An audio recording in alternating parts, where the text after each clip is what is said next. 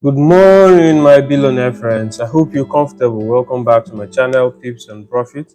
And today, as usual, being the weekend, we're going to be running you through the top-down analysis of major currency which we're currently focusing on. We're going to be running you through the DXY dollar index. I'm going to be running you through the GBPUSD, and eventually, we're going to be touching the Euro USD. And as usual, like I used to tell you, if there is any other pair you want me to run an analysis on, please do well to keep me informed, and I'll do my possible best to do that as a favor to you.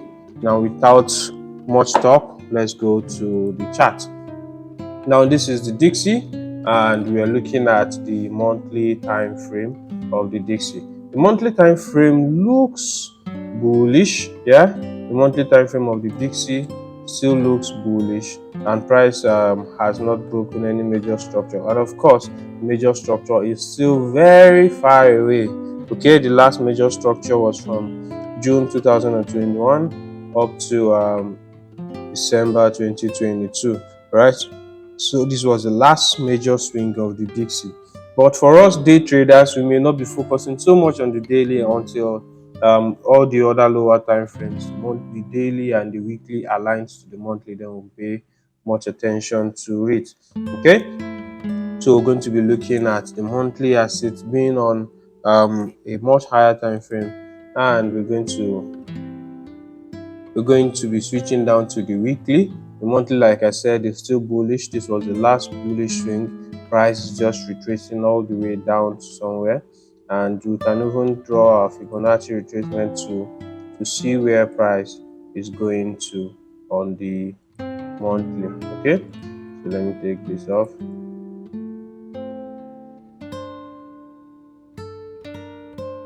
Okay, I'm taking this off. All right, so looking at it this way, we see that price has ranged a little around the 50% equilibrium level, and currently is strolling down to 61.8 OTE. Now it's at now it's at discount price, so we may be expecting it to push up more. That is on the monthly time frame. And like I used to tell you, when you do your analysis on the monthly time frame, sometimes the lower time frames, the weekly and the daily and the 4-hour time frame, may differ. So you can just keep it apart, keep the monthly time frame apart, so that when all other currencies, the weekly, the daily, the 4-hourly time frame align to the monthly time frame, then we can switch up and follow the trend in that direction. Okay, so we'll go to the weekly time frame. Now, looking at the weekly time frame, we can see that the weekly time frame is clearly bearish. Now let's take a look back at some of the markups we gave last week Saturday. Some of the markup we gave 7 days ago, that was last week. Okay, so price was around here. Let me zoom in a little further. Okay, so this was last week's candle. So going into this week, I said that I expect to see price up to somewhere around here. Okay, sorry, so 1 minute, let me take this off the weekly chart so that it doesn't interrupt us. Okay, now back to the weekly chart. Now I said that when price had expanded and started giving us some sign of retracement, I specifically said I expect to see price coming into this zone that is highlighted with a pink rectangle. And then I also gave you I also told you about the 61.8 fib level. The price is coming all the way to it. And what happened? Boom! You can see what price did. All the way from its open, it went down a little and then came back up here and terminated here. And you can see where price came all the way to afterwards. Okay, so look at how last week's candle closed. It gave us a sign that the retracement may be over. Okay, price has already traded into 61.8 level, and now we can say the retracement may be over. What we're now going to be looking for is break of structure on lower time frames, any time frame lower than the weekly time frame. So that was a pretty good analysis. We expected that price was going to buy US dollar was going to buy all the way up. So all US dollar related currency followed suit. Okay, now looking at the daily candle, we're seeing a pin bar rejection for the close of Friday. Okay, the daily followed suit as usual, did what we expected to see on the weekly. Price traded all the way up here. Okay, from Monday, Tuesday, we were seeing up to Wednesday, we were seeing it as though it was reacting off the 61, off the 50 equilibrium level. But we're quite confident that I was quite confident that price was going to go up the way to this place, because there was a confluence. The confluence being the mitigation candle right here on the left hand side, and the mitigation block rather right here on the left hand side, coinciding with the 61.8 fib level, and then that giving us premium price for us to sell off from. So price has gotten to where we wanted it to do last week. So what are we expecting going into the new week? You will see this price closing with a rejection pin bar. Okay, for Monday, we want to see Monday create a strong push to the downside. Okay, we want to see Monday create a strong push to the downside, if possible closing below this low here. Okay, or the candle of Monday, the low of Monday rather, closing below the body of this candle. That is what we want to see. The candle of Monday closing below the low of this candle, then to signify that we are now in a downtrend. Okay, so we can also look for the hourly structure to be breaking to the downside. All right, and then we'll follow its suit to the downside. Right, so for the dollar, I'm anticipating a weaker dollar going into next week, and we should be selling it off all the way down. So that is for the daily time frame. Okay, now on to the 4-hourly time frame before we move to the GBPUSD. Now for the 4-hourly time frame, we can see that it's in a buy trend, it's in a bullish trend right here. Price has broken this high, but to me I see this high more like a grab of liquidity to the upside, and I feel liquidity has been grabbed, and we may start seeing further downtrends. Okay, now look at the way price closed on Friday. Price had already reacted off this sell swing. We may see a continuation that will take us all the way down here on Monday, all the way down here on Monday, then possibly a retracement and then continuation. So you can take screenshot of this. This is what I'm expecting for the dollar going into next week. Okay, I expect the collapse of the dollar. For those in the US, not like I wish you guys any bad, no, but just for the analysis purpose, we expect the collapse of the dollar. All right, going into next week. All right, so straight to the GBPUSD. All right, so we're going to be looking at our previous analysis from the GBPUSD, where we expected price to get to. All right, on the monthly time frame, not so clear, but then we already know that on the monthly time frame, GBPUSD is bearish. Okay, coinciding with what we expected of the dollar. On the monthly time frame, the dollar is bullish, and on the monthly time frame of the GBP, it is bearish. So we always expect them to do the opposite of each other. Okay. All right, so the monthly time frame of the GBPUSD still remains bullish.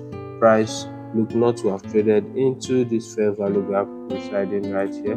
This is a monthly fair value gap right here, which can be a potential target for the GBPUSD. Right, so we can mark this out, the monthly fair value gap. So going into next week, we may be expecting to see price right there trading into this monthly fair value gap.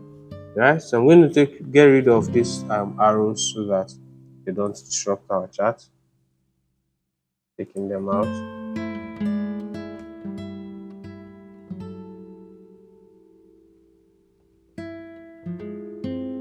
Okay, so you can see the fair value gap residing right there on the monthly. We expect price to trade all the way up here going into next week. All right, because there's no other fair valuation of price that we were expecting. Again, there's no other imbalance rather that we're expecting to the upside. So this is where we're expecting price to trade into going into next week. Okay, now back to the daily time frame. Right, so one more thing on the monthly time frame of the GBPUSD like we did for the other pair, the Dixie, not the pair, the Dixie. Now looking at GBPUSD, let me take this off too. Okay, looking at the GBPUSD, we're already in a good sell zone. All right, we're already in an OTE on the monthly. So if you start seeing strong bearish pressure on the GBPUSD, you just know it at the back of your mind that it's reacting off the monthly. Okay, so back to the weekly chart, down to the weekly chart. Now the weekly looks heavily bullish on the GBP. It's heavily bullish on the GBP, and then we can see some other potential points of interest for the weekly. Okay, we've seen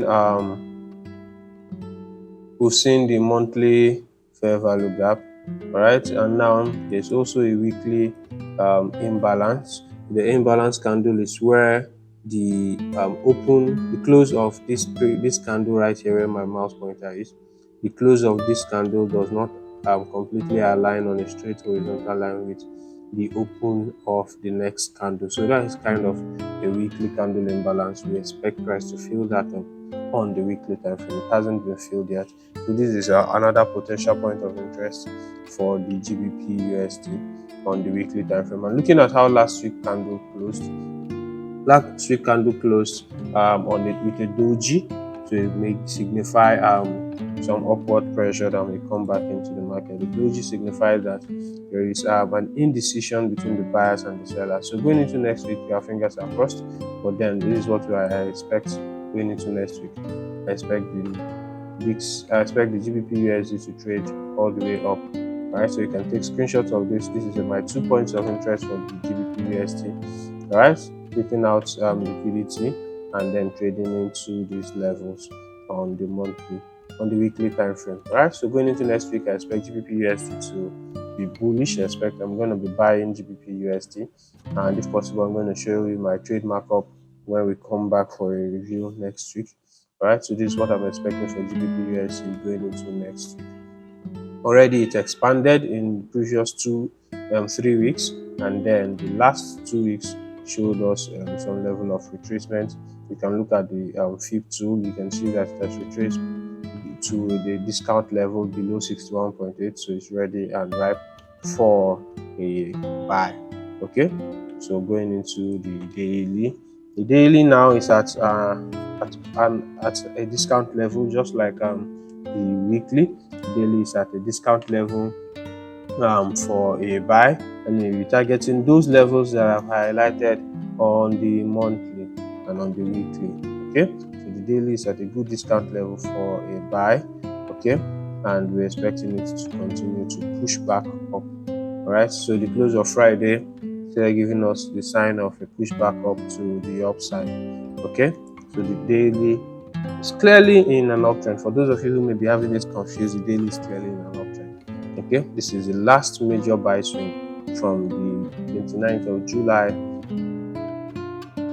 From the 29th of June, 30th, 29th of June, all the way to the 14th and 13th of July. That was the last buy swing. Until price takes that out before we can confirm that we're now in a sell trend.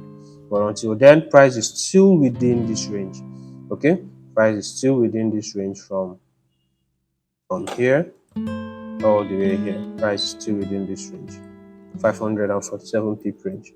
Price is still within it until price breaks out of it before we confirm that we are now in a sell trend. Okay, so that is that for the daily. Now we can scroll down to the hourly time frame. I'm going to stop in that at the 4 hour. Okay, now looking at the hourly time frame, it looks as though we are now in a sell trend on the hourly time frame. Okay, we've seen that price has been breaking structure to the downside and finally taking liquidity here. But then something happened. You can look at this order block right here. Price has refused to trade below it. Price has refused to take liquidity below this order block right here. Price has refused to take the liquidity below that order block residing right there. This one in particular. Okay, so price is refusing to take it out So that is a sign that that order block is going to be a catalyst for price to move to the upside. Okay, although price looks bearish, but remember on the daily and on the weekly we are strongly bullish, and we have points of interest residing above. For the point of interest residing below, they're mostly external liquidities for the 4-hourly time frame. All right, so most of them, some external liquidities have been grabbed already, so we may be looking out for internal liquidities to be grabbed. All right, so going into next week. Okay, so what I expect of the 4-hourly time frame going into next week is that price may retrace all the way to this place. Let me take this out. Take this and this and this and this out. Okay, so price may retrace into this fair value gap going into next week to give us maybe the low of the week. The right price may retrace into the fair value gap, giving us the low of the week before expanding continuously up. So using my path to price may come here before going all the way up here. Okay, so this is what I expect of GBPUSD going into next week. Okay, so that will be all for GBPUSD. This is my expectation for GBPUSD going into the new week. All right, so if there's any other pair you would want me to analyze, please feel free to send me a message on my email in the about section, or you can also drop a comment in the description below. Drop a comment in the comment section, and I'll do well to do the analysis for that pair. Okay, so this is the main currency that I trade. This is the main currency pair that I trade, GBPUSD. All right, so I'm focused fully on it. When maybe I venture into the dollar, into gold or into the euro dollar, then I'll begin to do more analysis on it.